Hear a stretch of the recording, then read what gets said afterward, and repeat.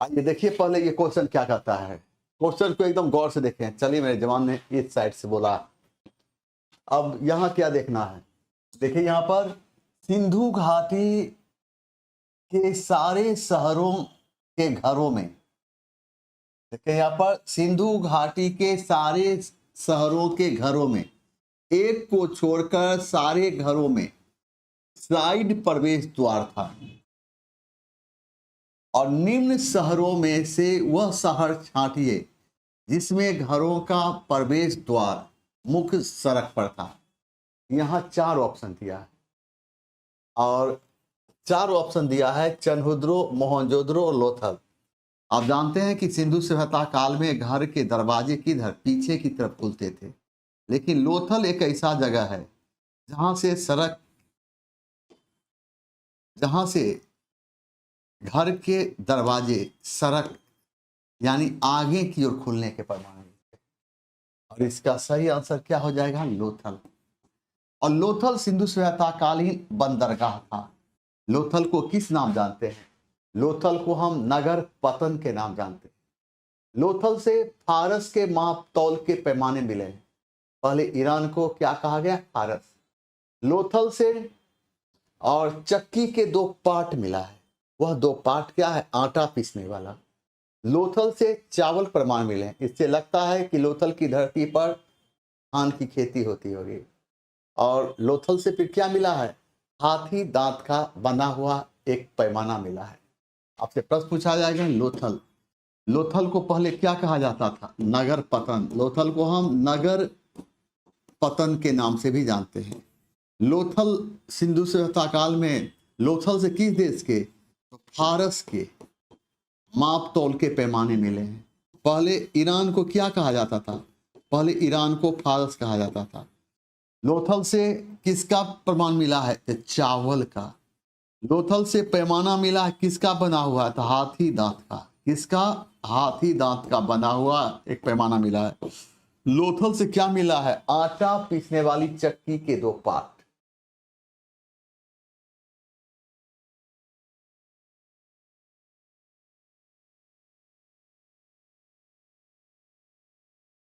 चलिए हाल पूछ लेते हैं।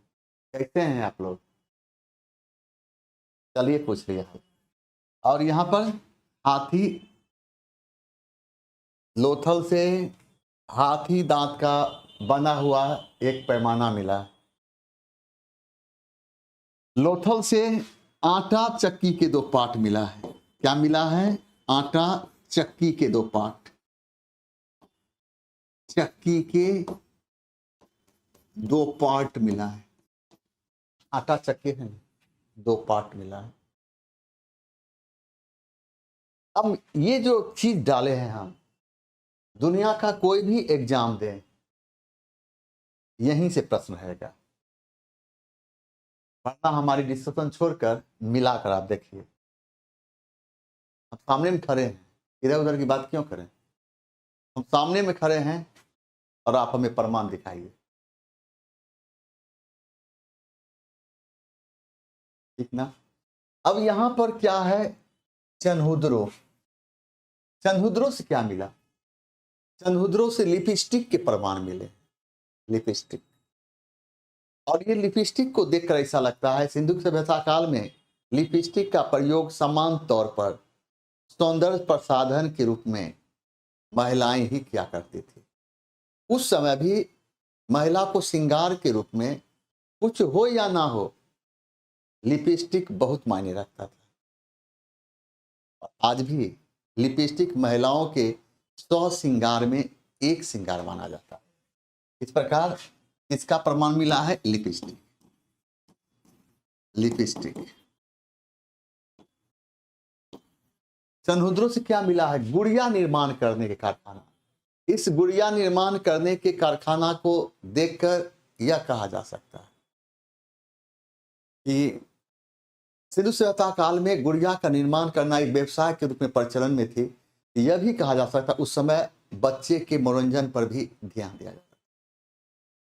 तो यहां से क्या मिला है? गुड़िया निर्माण करने का कारखाना। गुड़िया निर्माण करने के कारखाना। के कारखाना। और इसे हम किस नाम जानते हैं? इसे हम मन का निर्माण करने कारखाना का नाम जानते हैं। इसके हैं इसे हम मन का निर्माण करने के कारखाना के नाम जानते हैं। आप मिला लीजिए, किसी भी एग्जाम में इसी रेडियस से प्रश्न रहते हैं। आइए, मोहनजोदड़ो। अब है कि मोहनजोदड़ो, मोहनजोदड़ो में क्या, यहां से क्या मिला है? विशाल अन्नागार मिला है, एक अन्नागार मिला है, अन्नागार। और ये अन्नागार मोहनजोदड़ो की सबसे बड़ी इमारत है।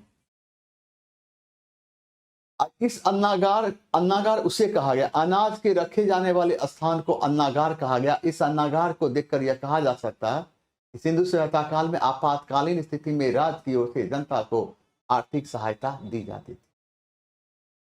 अन्नागार के बाद मोहनजोदड़ो की सबसे बड़ी दूसरी इमारत क्या थी? स्नानागार। स्नानागार, यह मोहनजोदड़ो की दूसरी बड़ी इमारत। मोहनजोदड़ो से कांसे की बनी हुई क्या मिला है? कांसे की बनी हुई क्या मिला? नृत्यांगना। नृत्यांगना, इस नृत्यांगना को देखकर कहा जा सकता है कि सिंधु सभ्यता काल के लोग मनोरंजन पर भी ध्यान देते थे। तो यह भी कहा जा सकता मनोरंजन पर सबसे अधिक, मनोरंजन में भी सबसे अधिक ध्यान नृत्य एवं संगीत पर दिया जाता था। आइए यहां देखें, मानव आत्मा का एक शरीर से दूसरे शरीर में गमन किस वैदिक साहित्य की आस्था है? इसको आंसर में सुधार कर लीजिए। उपनिषद। उपनिषद का अर्थ क्या होता है? समीप बैठना। किसके समीप बैठना? तो गुरु के समीप बैठना, यानी सहंसा के करीब बैठना। और किसके लिए? उपनिषद का अर्थ होता है समीप बैठना, अर्थात ब्रह्म विद्या को प्राप्त करने के लिए गुरु के समीप बैठना। और उपनिषद से हमें दार्शनिक बातों के विषय में जानकारी मिलती है, जैसे आत्मा क्या है, परमात्मा क्या है। भारत का आदर्श वाक्य सत्यमेव जयते, इसका उल्लेख एक उपनिषद में मिलता है जिसका नाम है मुंडकोप उपनिषद। उपनिषदों की कुल संख्या 108। उपनिषद को वेदों का सार, ब्रह्म विद्या एवं वेदांत के नाम से भी जानते हैं। उपनिषद का अर्थ क्या होता है? समीप बैठना। समीप बैठना। उपनिषद से किसके बारे में जानते हैं? दार्शनिक, दार्शनिक बातों के विषय में जानकारी मिलती है। भारत का आदर्श वाक्य क्या है? सत्य मेव जयते। इसका उल्लेख किस उपनिषद में? मुंडकोप उपनिषद में। मुंडकोप उपनिषद।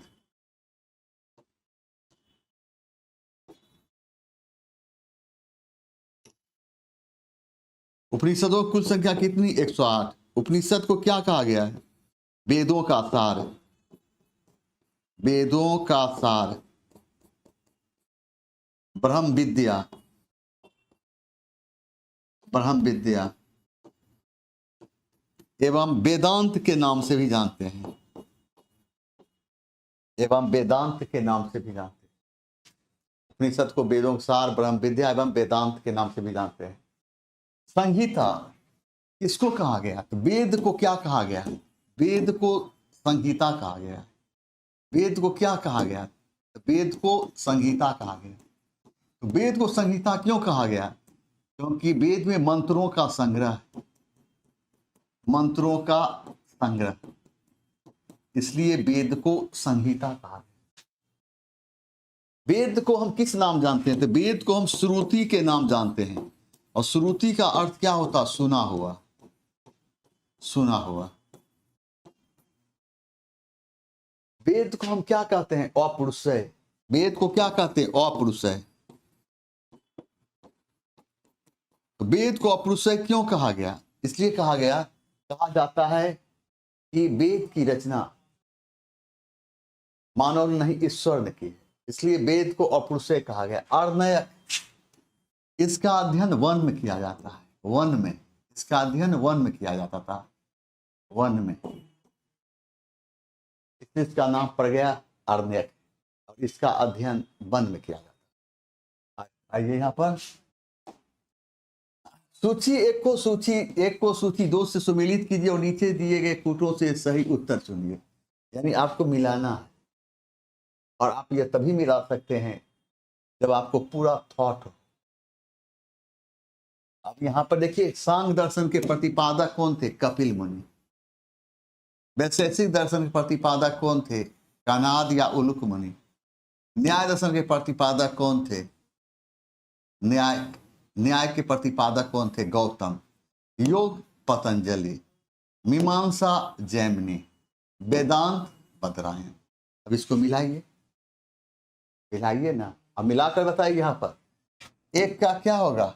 एक का एफ दो में है, और दो वैशेषिक, इसका क्या होगा? वैशेषिक का ई, एफ और ई दोनों में है। और न्याय का क्या होगा? गौतम, डी डी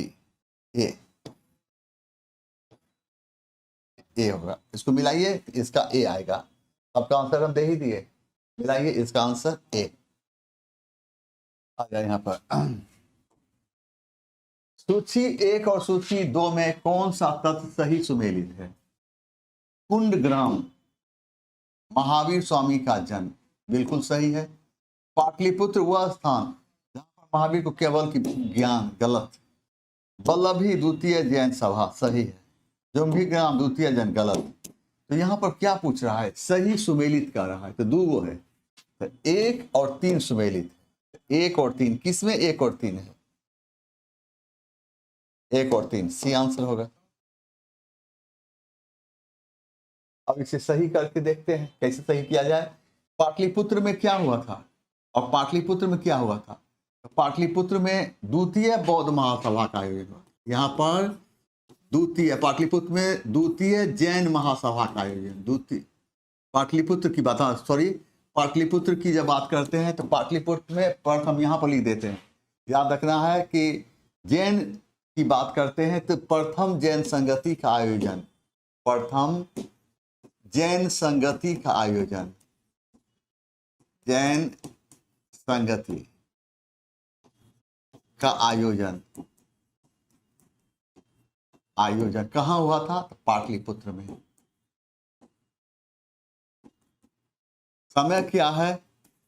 322 ईस्वी पूर्व से लेकर 298 ईस्वी पूर्व। प्रथम जैन संगति का आयोजन पाटलिपुत्र में हुआ था, पाटलिपुत्र में। और शासक कौन था? शासक था चंद्रगुप्त मौर्य, चंद्रगुप्त मौर्य।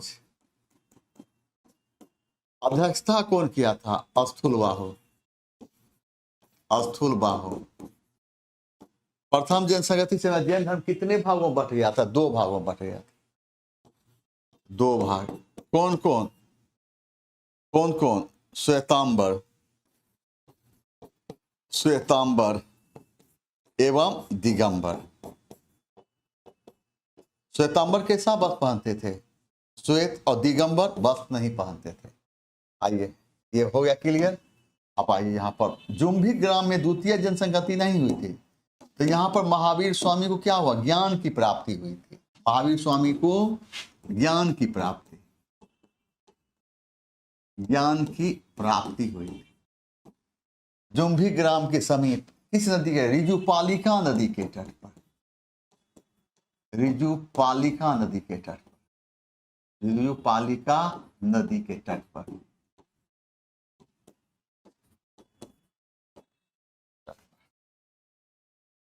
क्लियर है? आगे बढ़ जाए। यहां देखिए, बौद्ध धर्म के महायान संप्रदाय का संस्थापक नागार्जुन निम्नलिखित में से किस शासक का समकालीन था? किसका? कनिष्क का। नागार्जुन किसका? कनिष्क का। नागार्जुन की तुलना किससे किया? इसे भारत का आइंस्टीन कहा गया। नागार्जुन को भारत का क्या कहा गया? भारत का आइंस्टीन, आइंस्टीन कहा गया। नागार्जुन ने एक पुस्तक की रचना, कोई क्या नाम है? तो माध्यमिक सूत्र। माध्यमिक सूत्र। बिंदुसार, बिंदुसार किस संप्रदाय को मानने वाला था? आजीवक संप्रदाय को, आजीवक संप्रदाय को। बिंदुसार को किस नाम जानते हैं? तो भद्रसार, वारीसार, वारीसार के नाम जानते हैं। एवं बिंदुसार को हम सिंह सेन के नाम से भी जानते हैं। अशोक की बात करते हैं। अब अशोक अपने राज्याभिषेक के कैवें वर्ष? तो अशोक अपने राज्याभिषेक के 8वें वर्ष कहां आक्रमण किया था? कलिंग पर। 8वें वर्ष कलिंग पर। अशोक अपने राज्याभिषेक के 10वें वर्ष कहां की यात्रा किया था? तो बौद्ध गया। अशोक अपने राज्याभिषेक के कैवें? 20वें वर्ष कहां की यात्रा किया था? लुम्बिनी, लुम्बिनी। लुम्बिनी कहां है? नेपाल में। और यहां पर भूमि कर उपज का घटाकर कितना कर दिया? 1/8।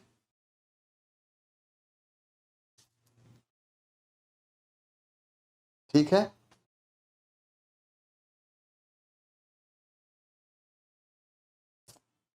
आगे बढ़ जाए, आइए देखिए यहां प्राचीन भारत के विषयोत्ति विषयक धारणों के अनुसार 4 युगों का चक्र का क्रम इस प्रकार है। क्या है?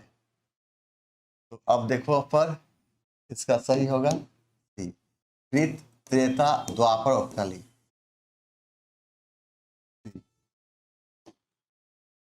सूची 1 को सूची 2 से सुमेलित कीजिए। गंधार, इसकी राजधानी कहां है? तक्षशिला। सूरसेन, इसकी राजधानी कहां है? मथुरा। वत्स, इसकी राजधानी कहां है? कौशाम्बी। कौशल, इसकी राजधानी कहां है? श्रावस्ती। अंग, इसकी राजधानी कहां है? चंपा। आइए यहां पर 1 का ए, 2 का ए, 2 का ए, 3 का बी। आगे मिला तेरी के ये आंसर यहीं पर गलत कर दिया। ए बी सी, डी होगा रे, ये डी होगा। 2 को सी कर दिया। तो अब देखो यहां पर गंधार 1 का ई, 2 का ए, 3 का बी, 4 का सी, 5 का डी, ए। आगे बढ़े, आगे राजा नंद का उल्लेख करने वाला अभिलेखीय प्रमाण है कौन? खारवेल का हाथी गुम्फा अभिलेख। हाथी गुम्फा अभिलेख कहां है? ओडिशा में। रुमिनदेई स्तंभ अभिलेख कहां है? नेपाल में। और इसी अभिलेख से पता चलता है कि अशोक अपने राज्याभिषेक के 20वें वर्ष लुम्बिनी की यात्रा की। रुद्रदामन का जूनागढ़ अभिलेख कहां है? गुजरात। और इसी अभिलेख से पता चलता है कि अशोक अपने शक राजा रुद्रदामन प्रथम के जूनागढ़ अभिलेख से पता चलता है कि चंद्रगुप्त मौर्य का पश्चिम भारत के सौराष्ट्र प्रांत पर क्या था? अधिकार था। यहां पर चंद्रगुप्त मौर्य एक प्रांतपति नियुक्त किया था जिसका क्या नाम था? पुष्यगुप्त। और पुष्यगुप्त ने किसी सिंचाई जो किस झील का निर्माण किया था? सुदर्शन झील का।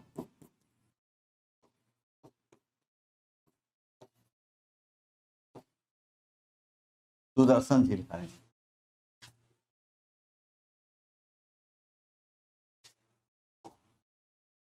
आगे आ जाए। यहां देखिए, किस गुप्त राजा ने अपने शासन के अंतिम काल में बौद्ध धर्म को गले लगाया और नालंदा विश्वविद्यालय की स्थापना?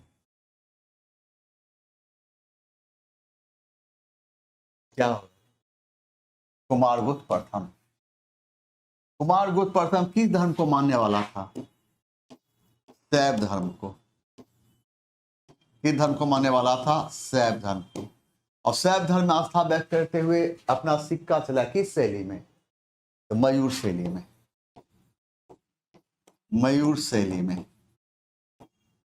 अब चंद्रगुप्त प्रथम की जब हम बात करते हैं तो गुप्त राजवंश का संस्थापक कौन था?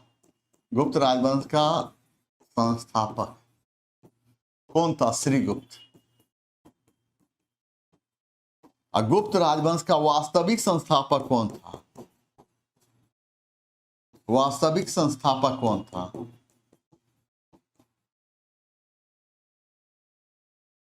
चंद्रगुप्त प्रथम था।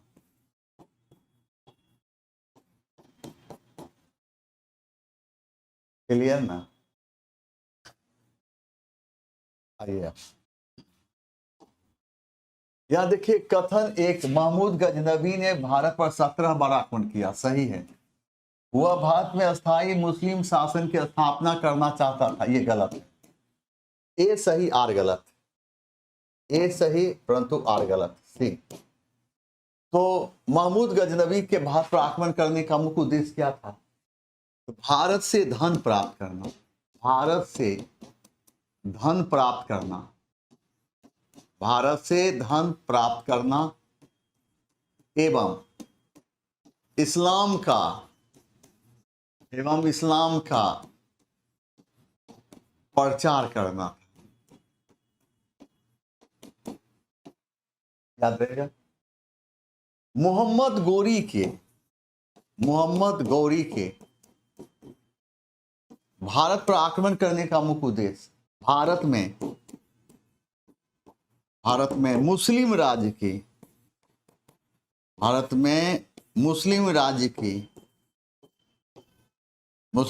की स्थापना करना था।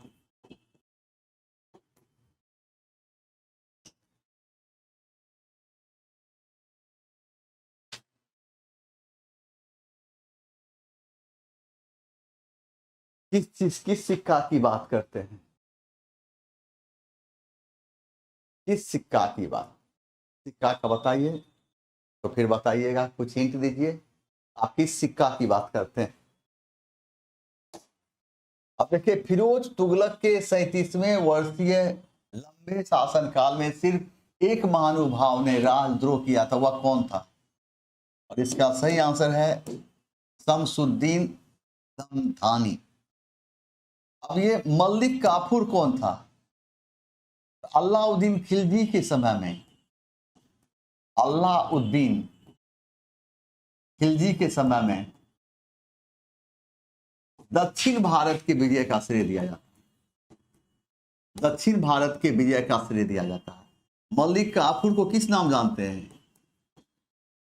हजार दिनारी के नाम जानते हैं। हजार दिनारी क्यों कहा गया? क्योंकि मलिक काफूर को 1000 दिनार में खरीदा गया था, इसलिए मलिक काफूर को हम 1000 दिनारी के नाम जानते हैं। और किस विजय के उपरांत मलिक काफूर को खरीदा गया था? तो गुजरात विजय के उपरांत। यहां पर खान ए जहां मकबूल कौन था? यह था फिरोज शाह तुगलक का वजीर था। ठीक है। चांदी का।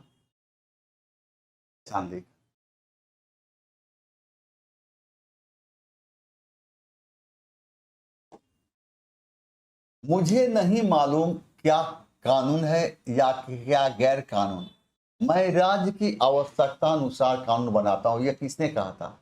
ये अलाउद्दीन खिलजी ने कहा था। अलाउद्दीन खिलजी गद्दी बैठने के बाद कहा था, मैं वही आदेश देता हूं जो राज्य के हित में। मैं नहीं जानता शरीयत इसकी इजाजत देती है या नहीं। ये कौन कहा? अलाउद्दीन खिलजी। बलबन का वास्तविक नाम क्या था? बहाउद्दीन बलबन। बहाउद्दीन बलबन। बहाउद्दीन बलबन। और बलबन किस नाम से गद्दी पे बैठा था? गियासुद्दीन बलबन के नाम। गियासुद्दीन बलबन के नाम से गद्दी पे बैठा था। फिरोज शाह तुगलक को क्या कहा गया? दिल्ली सल्तनत का अकबर। दिल्ली सल्तनत का अकबर कहा गया। दिल्ली सल्तनत का अकबर। आइए,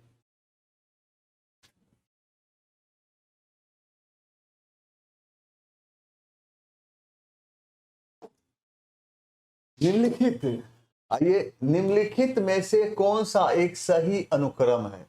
शंकराचार्य, रामानुजाचार्य, चेतन और शंकराचार्य, रामानुजाचार्य, चेतन। शंकराचार्य के गुरु का नाम क्या था? गोविंद योगी।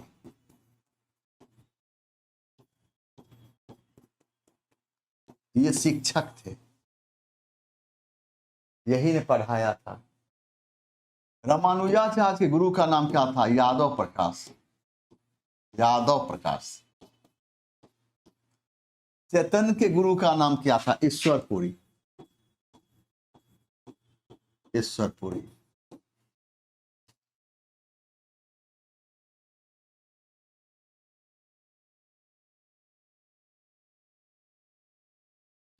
आइए,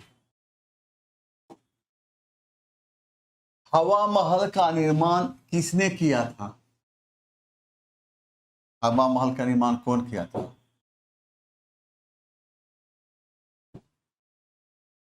महाराजा सवाई प्रताप सिंह। और ये कौन था? सवाई राजा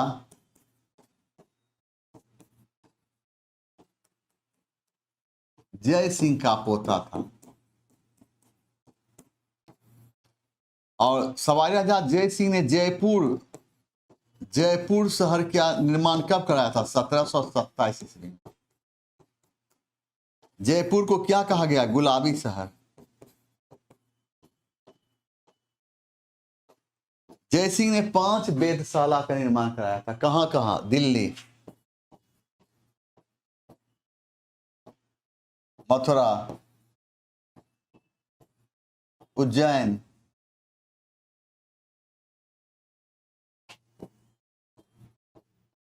वाराणसी, जयपुर।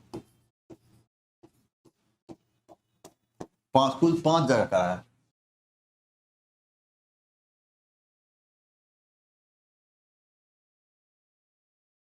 आगे बढ़े।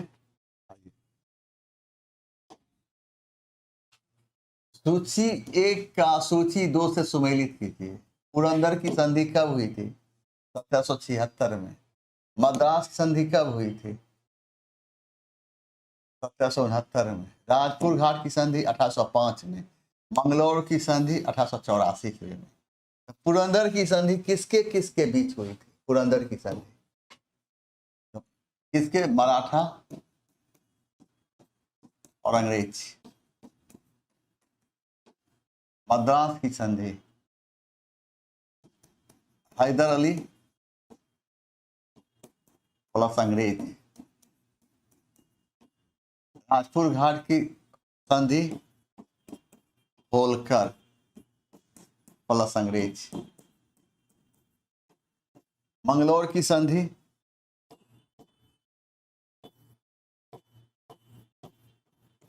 टीपू सुल्तान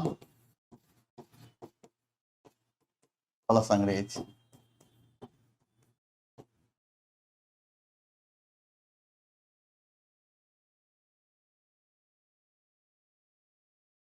फिर मिलाइए ना, इसका आंसर 1 2 3 4 सी जो आंसर मारा है।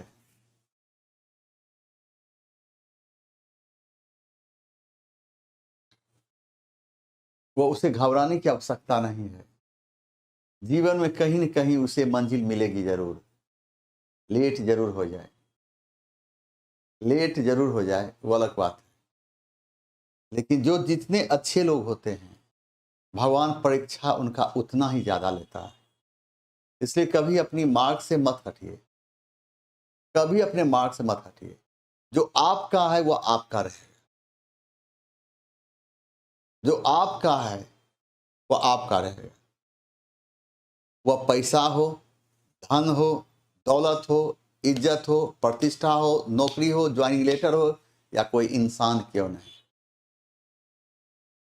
वह अगर आपकी ज़िंदगी से कोसों दूर है, वह आपकी जीवन में है, तो कभी न कभी वह ज़रूर आ जाएगा। सही वक़्त की बात होती है। अगर वक़्त आपका साथ देगा तो कभी न कभी सफलता आपको ज़रूर मिलेगी। सारे के सारे लोग वापस आ जाएँगे। बहुत बार ऐसा होता है कि इंसान बहुत बार ऐसा होता है, इंसान बहुत मेहनत करता है, सफल नहीं होता है। तो हमारे कोचिंग में एक लड़की पढ़ती थी। ज़रा इसे आप लोग गौर कीजिएगा हम कहना क्या चाहते हैं। वह 2 बहन ही थी, उसको कोई भाई नहीं था। तो आज भी गाँव घर में ऐसी बात है कि जिसे बेटा नहीं होता है ना, लोग उसे कमज़ोर समझते हैं। तो लड़की 2 बहन थी, तो गाँव भर घर वाले जो कोई वैल्यू देता भी नहीं था। वो पटना पढ़ने के लिए आई तो बड़ी मेहनत की लेकिन उसे नौकरी नहीं मिली। तो समाज के लोग उस पर इल्ज़ाम लगाने लगे, गलत-गलत इल्ज़ाम लगाने लगे। उसकी माँ फ़ोन की उसे रोते हुए कि तुम आ जाओ बेटी, इस तरह के इल्ज़ाम इतने इल्ज़ाम लग रहे हैं कि तुम्हारी शादी करना दिक्कत हो जाएगी। अभी तक कुछ हुआ भी नहीं। सुबह का वक़्त और हम मेरा पहला क्लास, जैसे मेरा बाइक निकला तो वो आई हम पाँव छूकर प्रणाम की। बोली इतना सुबह कहाँ जा रही हो? तो सर ऐसी इस तरह का बात है हम घर जा रहे हैं। क्यों?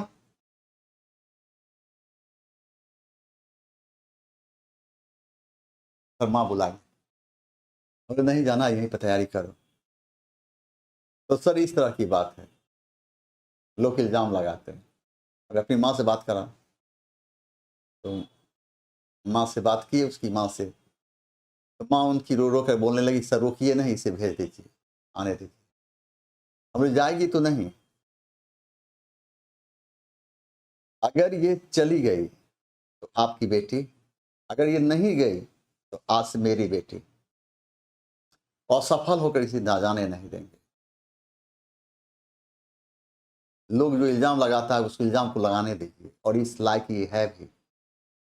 अगर इसको इतना दर्द है इल्ज़ाम का तो सफल होकर क्यों नहीं दिखा दे।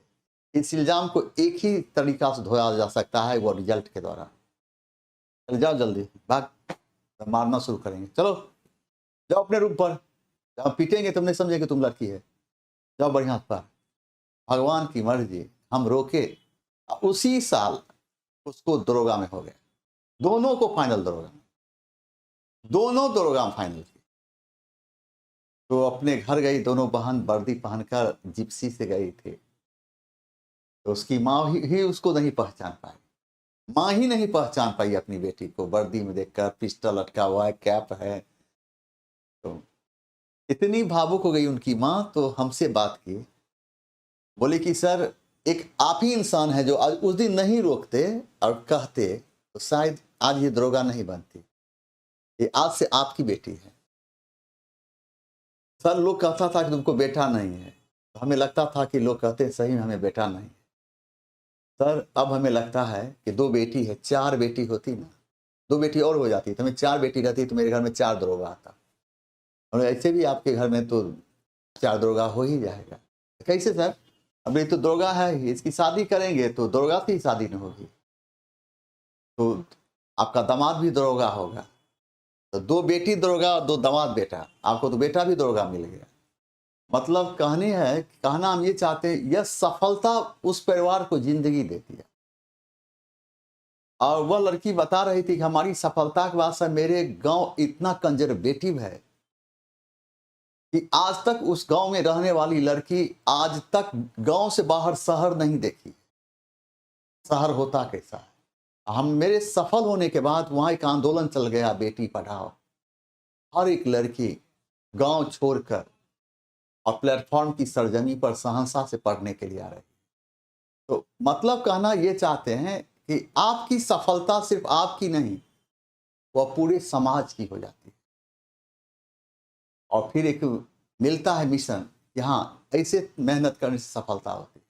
तो आपका कहने का मतलब है, आपकी एक सफलता सिर्फ आपको ही नहीं प्रभावित करेगा, आपके परिवार को ही नहीं, आपके पूरे समाज को। तो जरा सोच समझ कर पढ़ाई कीजिए और थोड़ा तन मन से पढ़ाई कीजिए। ये जो वक्त अभी गुजर रहा है ये पढ़ने वाला है, ना ज़्यादा गर्मी है ना ठंडा। अभी तो बहुत बेहतरीन वक्त निकल रहा है। अभी तो हम जमकर जितना चाहें तो उतना पढ़ सकते हैं। पढ़ने का तो यही मौसम है। अब यहाँ पर ये बड़ा चीज हो जाता है, इसका आंसर सी हो जाता है। अब आइए यहाँ पर देखते हैं कि चीन में 1911 ईस्वी के विद्रोह का क्या परिणाम हुआ। तो वहां पर क्या हुआ था, एक गणतंत्र की स्थापना हुई। तो चीनी क्रांति का समय क्या है, 1911। चीनी क्रांति के नायक कौन थे, डॉक्टर सन्याल सेन। और सन्याल सेन को क्या किया, तो चीन का राष्ट्रपिता कहा गया। चीन का राष्ट्रपिता कहा, क्या कहा गया, चीन का राष्ट्रपिता कहा गया। अब देखो यहाँ पर हम देखते हैं कि चीन की धरती, चीन संसार की पहली धरती है जहां से प्रतियोगिता परीक्षा, जहां से प्रतियोगिता परीक्षा प्रारंभ हुई, जहां से कागज का और रेशम का प्रचलन, चीन संसार का पहला देश है जहां से रेशम का प्रचलन प्रारंभ हुआ। चीन संसार का पहला देश है जहां से चाय का प्रचलन प्रारंभ हुआ। चाय का प्रचलन।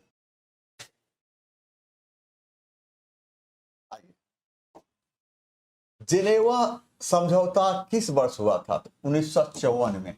और जेनेवा समझौता 1954 में हुआ था। इस समझौता से किस दो देश को आजादी मिली थी, लाओस, लाओस और कंबोडिया को। कंबोडिया याद रखना, लाओस एवं कंबोडिया। आइए यहां देखिए, किस युद्ध के बाद जर्मनी का एकीकरण, जर्मनी का एकीकरण पूरा हुआ, सेडोन का युद्ध। और सेडोन का युद्ध कब हुआ था, 1870 ईस्वी। और किसके किसके बीच, जर्मनी एवं फ्रांस, जर्मनी एवं फ्रांस। इसमें हार किसकी हुई, फ्रांस की। इस प्रकार सेडोन युद्ध, किस युद्ध के बाद जर्मनी का एकीकरण हुआ, तो सेडोन का युद्ध। और यह युद्ध कब हुआ, 1870 में। किसके किसके बीच, जर्मनी एवं फ्रांस के बीच। इसमें जीत किसकी हुई, जर्मनी की। हार किसकी हुई, फ्रांस। क्लियर है ना। देखिए चर्चिस्ट आंदोलन कहां हुआ था, और ये ब्रिटेन में। कब हुआ था, 1936 ईस्वी में। और इस आंदोलन का संबंध किससे है, मजदूरों से।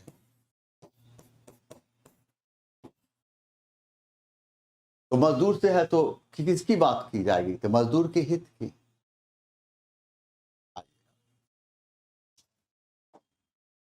किस अमेरिकी राष्ट्रपति ने न्यू डील लागू किया था, कौन, एफडी रूजवेल्ट। कब ये लागू हुआ, 1929। 1929 में क्या हुआ था, तो विश्व मंदी शुरू हुआ था, विश्व मंदी। और ये विश्व मंदी कहां शुरू हुआ था, अमेरिका से, अमेरिका से।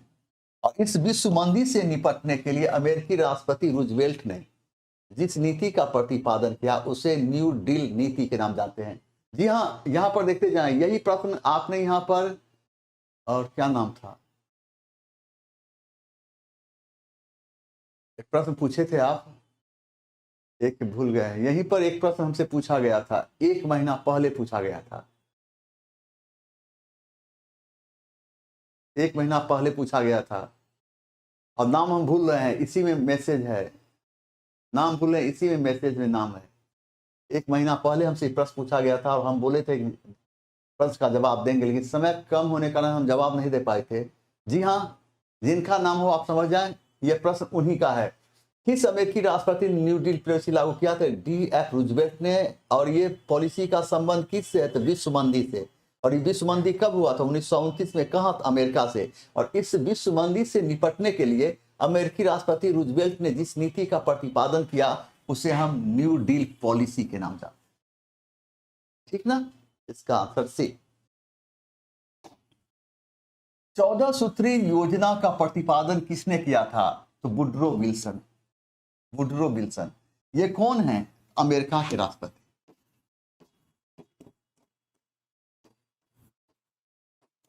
अमेरिका के राष्ट्रपति।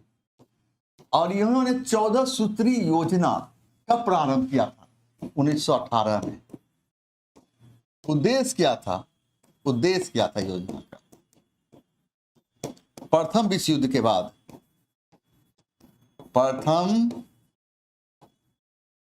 विश्व युद्ध के बाद,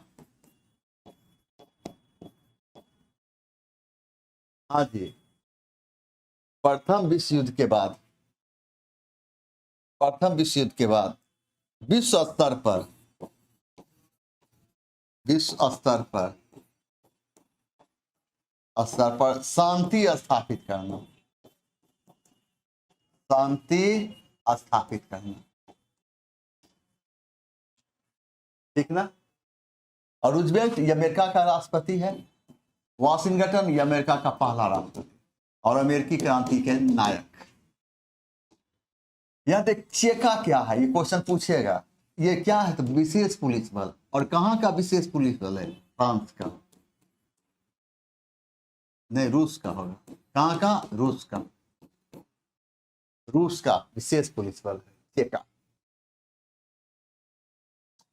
नंबर 23, नंबर 23 का प्रश्न का जवाब दे। नंबर 23,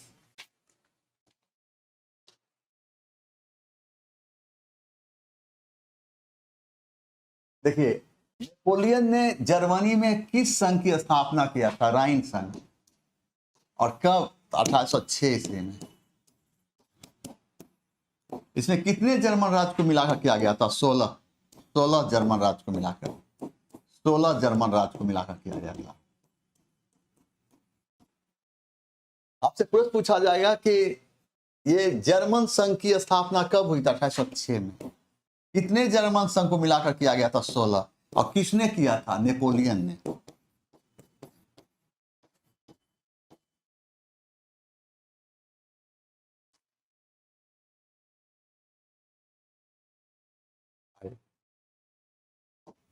यह देखिए, पुरंदर की संधि के संबंध में अधोलिखित में औसत कथन बताइए। संधि शिवाजी की गिरफ्तारी के पश्चात हुई थी। देखिए ये लाइन नहीं होनी चाहिए, औसत कथन पूछ रहा है। शिवाजी की गिरफ्तारी नहीं हुई थी, घेरा डाला गया था तो उसमें शिवाजी थे, गिरफ्तारी नहीं हुई। पुरंदर के किले का जब घेरा डाला गया तो शिवाजी लाचार हो गए और मुगल के साथ संधि करने के लिए बात हुई थी, गिरफ्तारी नहीं हुई थी। क्योंकि ऑप्शन में दिया हुआ तो इसे एक सही मान सकते हैं आप। संधि के परिणाम स्वरूप संभाजी को 5000 का मनसब दिया गया, सही है। संधि के परिणाम स्वरूप शिवाजी मूलतः इसके लिए सही है। 1 2 3 तीनों सही है, तो प्रयुक्त में से कोई नहीं, यानी कोई औसत नहीं। और ये किस संधि की बात हुई? पुरंदर की संधि। पुरंदर की संधि कब हुई थी? पुरंदर,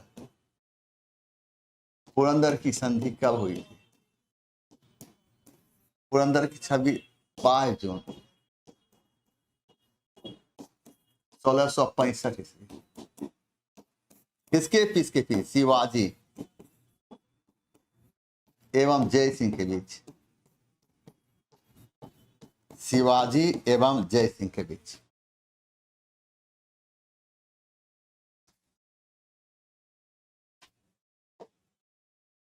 सहायक संधि व्यवस्था को स्वीकार करने वाला प्रथम भारतीय देशी शासक कौन था? और इसका सही आंसर कौन होगा? हैदराबाद के निजाम। और कब किया था? 1798 ईस्वी। सिंधिया कब किया था सहायक संधि? 1804 ईस्वी में।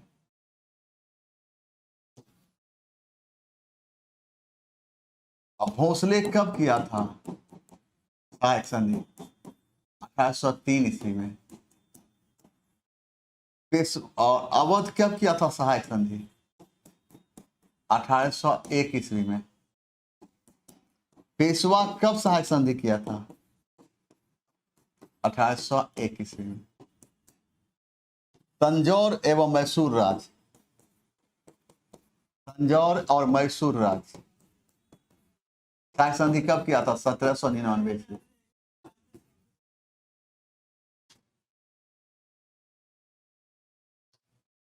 सिंधिया 1804 याद रखना है। पेशवा दिसंबर 1801 याद रहेगा। आइए, सूची 1857 के विप्लव के नायक को सोचिए कि उसके कार्य क्षेत्र से सुमेलित कीजिए। वक्त खां कहां? दिल्ली। अहमद उल्ला कहां? अवध। कुंवर सिंह कहां? आरा। नाना साहब कानपुर। तो इसका आंसर क्या होगा? 4, ए का 4 ए। जबकि अहमद उल्ला की जब बात करते हैं तो इसका सही आंसर ये होना चाहिए रुहेलखंड, रुहेलखंड एवं फैजाबाद में विद्रोह का नेतृत्व मौलवी अहमद उल्ला किया था। इससे अंग्रेज अपना सबसे बड़ा दुश्मन मानते थे। आगे बढ़े।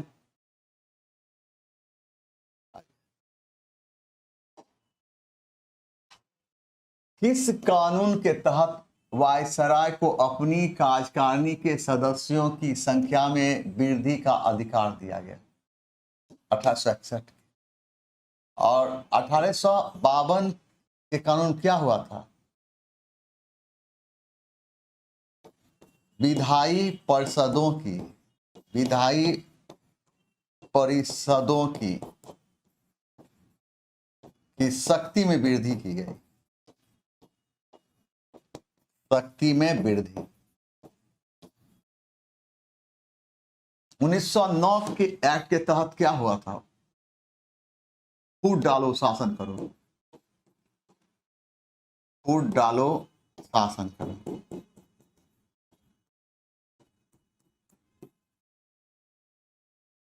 की नीति सर्वप्रथम अंग्रेज ने प्रारंभ।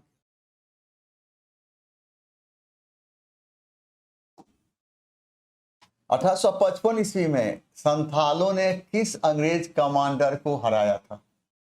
मेजर बारो को, मेजर बारो को। संथाल विद्रोह का समय क्या? संथाल विद्रोह क्या है? 1855 से 1856 ईस्वी। किसके विरुद्ध? अंग्रेज के विरुद्ध। संथाल के नेता कौन कौन थे? सिद्धू, कान्हो, चांद एवं भैरव।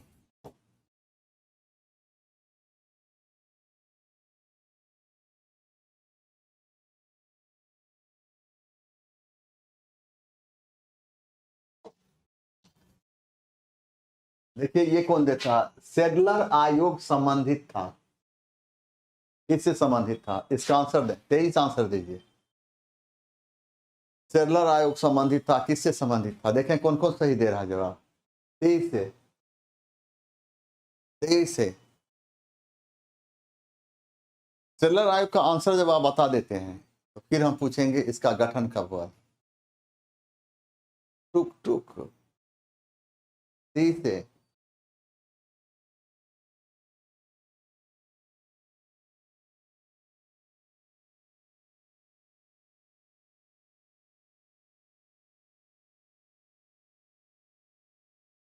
में से दौड़ना चाहिए था, दौड़ कहाँ रहा है?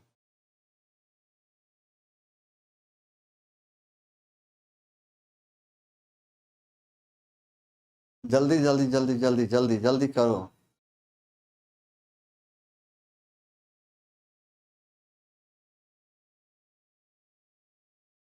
बस इतना ही जवाब मिला है।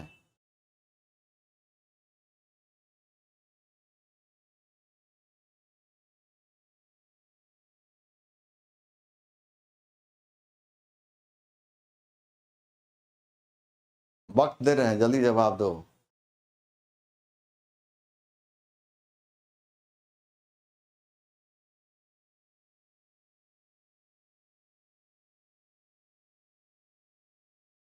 इसका मतलब ये होता है, अभी जो है, जो जिस लड़का बहुत कम लाइव रहता है, अभी जो भी अभी लड़का लाइव है वो सब रिजल्ट मेकर है, रिजल्ट ओरिएंटेड स्टूडेंट है यहाँ पर, और सब रिजल्ट लेने वाला है, और गंभीर भी है। और सफल हो, जो भी विद्यार्थी सफल होते हैं उनमें हम इसी तरह की क्वालिटी की बात करते हैं, उनमें इस तरह क्वालिटी रहता ही है।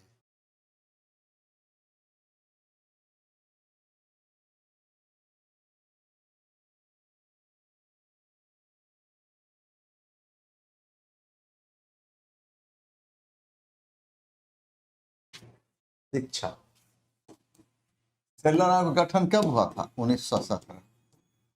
और किस लिए? कलकत्ता विश्वविद्यालय की समस्या के हल के लिए।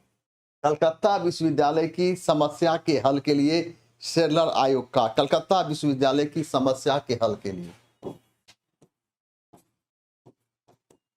कलकत्ता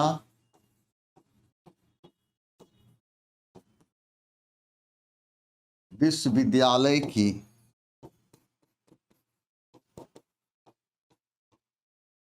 समस्या के हल के लिए।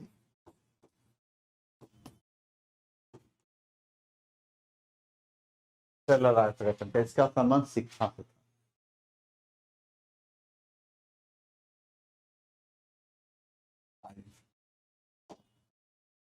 निम्नलिखित में से किस अखबार का प्रकाशन पटना से होता था? इसका जवाब दें, तेज जवाब दें।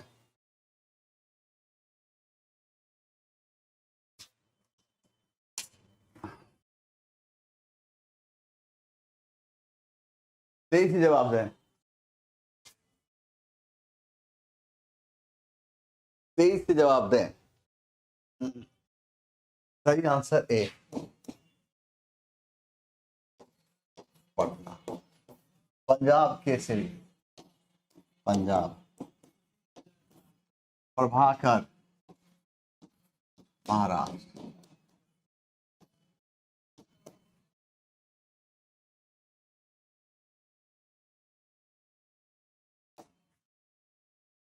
उन्नीस सौ सत्ताईस की बटलर कमेटी का उद्देश्य क्या था? क्या था? इसका जवाब दें। अगर इसका जवाब दे देंगे तो फिर हम पूछेंगे इस कमेटी का गठन किसके समय में? और यह है भारत सरकार एवं देशी रियासतों के संबंध सुधारने के लिए। और इसका गठन कब हुआ था? बटलर कमेटी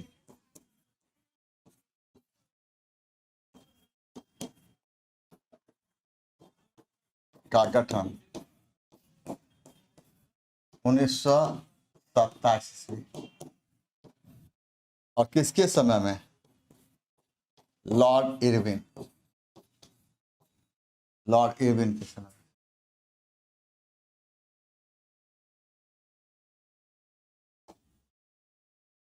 निम्न युग्मों में से कौन सही सुमेलित नहीं है? तेईस से बताएं, तेईस क्या बताइए, तेईस से बताओ।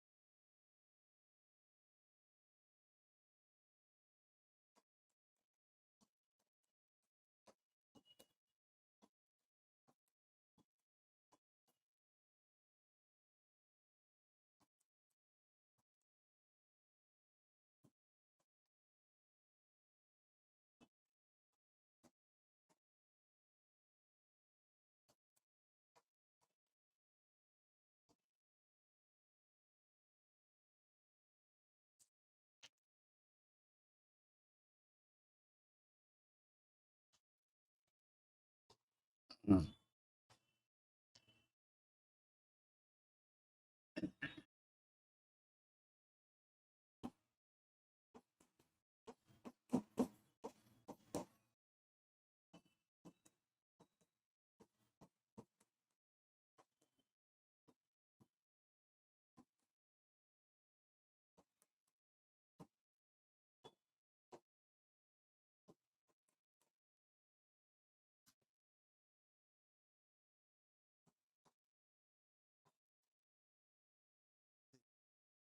इसको लिख लीजिए, इससे क्वेश्चन, एक क्वेश्चन रहेगा आपका।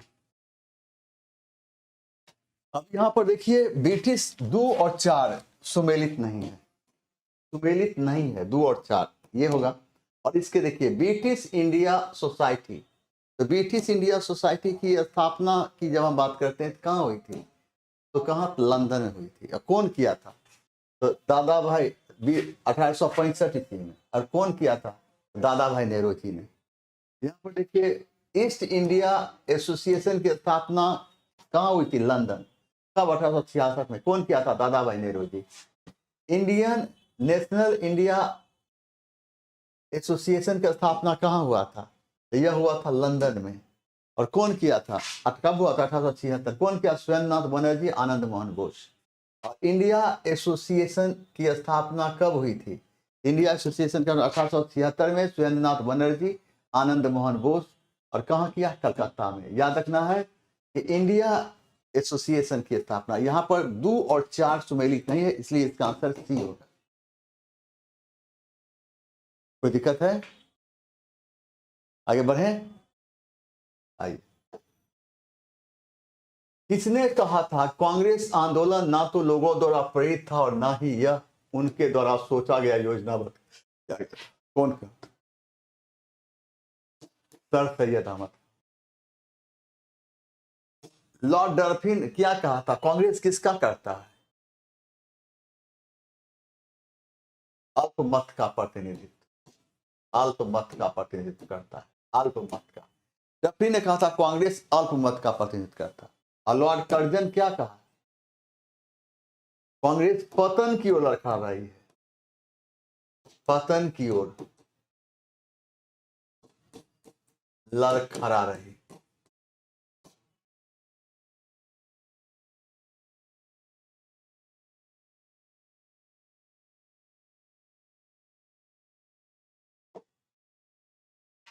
निम्नलिखित में से कौन 1916 के लखनऊ के कांग्रेस अधिवेशन के विषय में असत्य है, अंबिका चरण मजूमदार ने इसकी अध्यक्षता नहीं की थी, गलत है, की थी, यही की थी, अंबिका चरण मजूमदार ने की थी। इस अधिवेशन में उदारवादियों और उग्रवादियों की पुनः मेल मिलाप स्थापित हुआ, बिल्कुल सही है। महात्मा गांधी पहली बार चंपारण के किसानों की समस्याओं से अवगत कराया, यह भी सही है। इसका आंसर क्या होगा, इसका आंसर ए होगा, ए। औसत चुनना कहता है, इसलिए इसका आंसर ए हो जाए।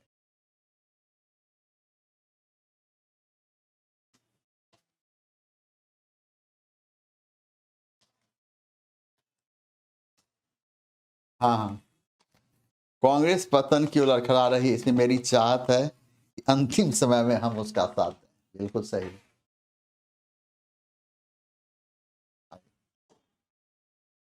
बाल गंगाधर तिलक को लोकमान्य विशेषण किस आंदोलन के दौरान दिया गया, किस आंदोलन के दौरान, होम रूल आंदोलन, होम रूल आंदोलन। बाल गंगाधर तिलक कब, 1893 ईस्वी में। कौन सा महोत्सव प्रारंभ किया था, गणेश महोत्सव। कहाँ किया था, महाराष्ट्र में, महाराष्ट्र। शिवाजी महोत्सव का प्रारंभ 1895 में, शिवाजी महोत्सव।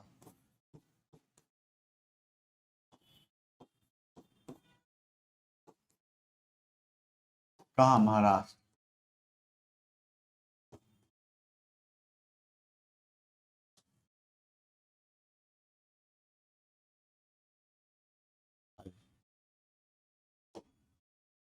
होम रूल आंदोलन भारत की स्वतंत्रता संग्राम के एक नए चरण के आरंभ का द्योतक था, क्योंकि इसने देश के सामने स्वशासन की एक ठोस योजना रखी। सही। होम रूल आंदोलन की शुरुआत कहाँ से? होम रूल आंदोलन कितने नेता थे? दो, बाल गंगाधर तिलक और एनी बेसेंट। बाल गंगाधर तिलक ने कब? 28 अप्रैल 1916 ईस्वी को बेलगांव में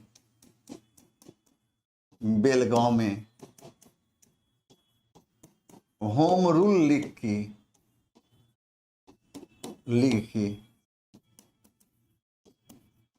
स्थापना की। एनी बेसेंट सितंबर 1916 ईस्वी में मद्रास में होम रूल लीग की स्थापना।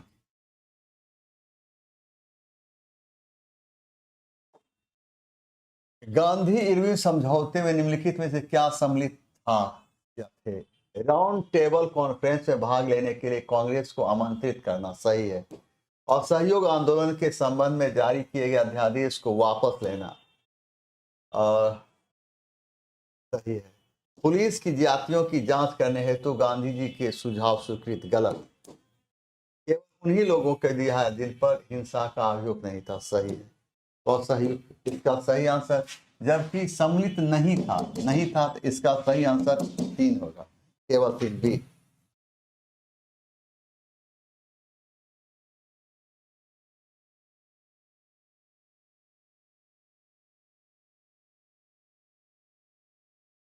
इससे क्या बता दें जल्दी?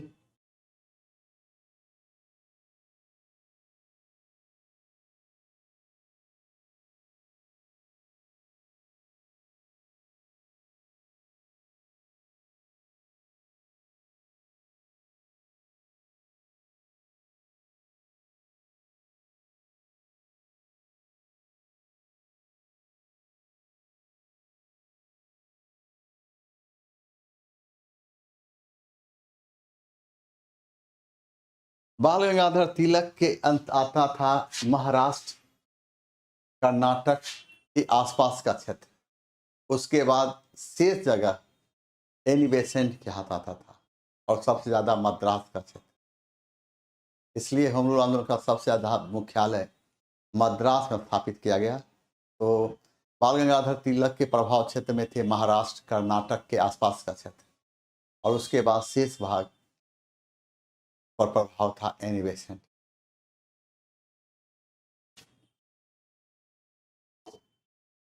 पटना के किस बहावी नेता के स्वागत में सैयद अकबर शाह ने स्वागत किया था? इनायत अली और विलायत अली। बहावी आंदोलन कहां से प्रारंभ हुआ था? अरब से। अरब में कहां से? ईरान से। किसने प्रारंभ किया था? इब्न अब्दुल बहाव ने। इब्न अब्दुल बहाव ने। और बहावी आंदोलन क्यों प्रारंभ किया गया था? इस्लाम की शुद्धता को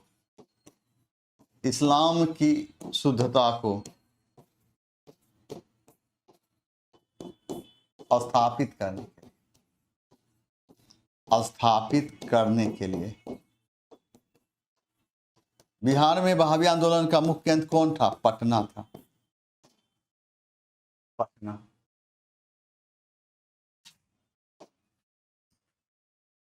उनचालीस नंबर।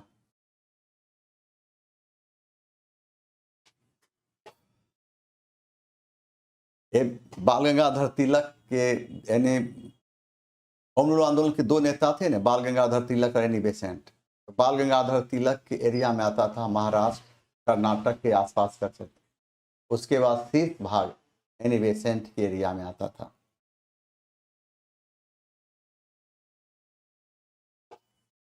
कब? 1800, इसकी स्थापना 1899 ईस्वी में हुई थी। कहाँ? बिहार में। कहाँ? दरभंगा। इसे किस नाम जानते हैं? युवा क्लब के नाम जानते हैं। युवा बॉयज एसोसिएशन के संस्थापक कौन थे? श्री सूर्यदेव नारायण वर्मा। और इसकी स्थापना कब हुई? 1899 में। कहाँ? बिहार के दरभंगा में। और इसे किस नाम जानते हैं? युवा क्लब के नाम। युवा क्लब। आइए 40। चंपारण आंदोलन के दौरान जेल जाने की स्थिति में आंदोलन का नेतृत्व किसने किया था? मजहरूल हक और ब्रज किशोर प्रसाद।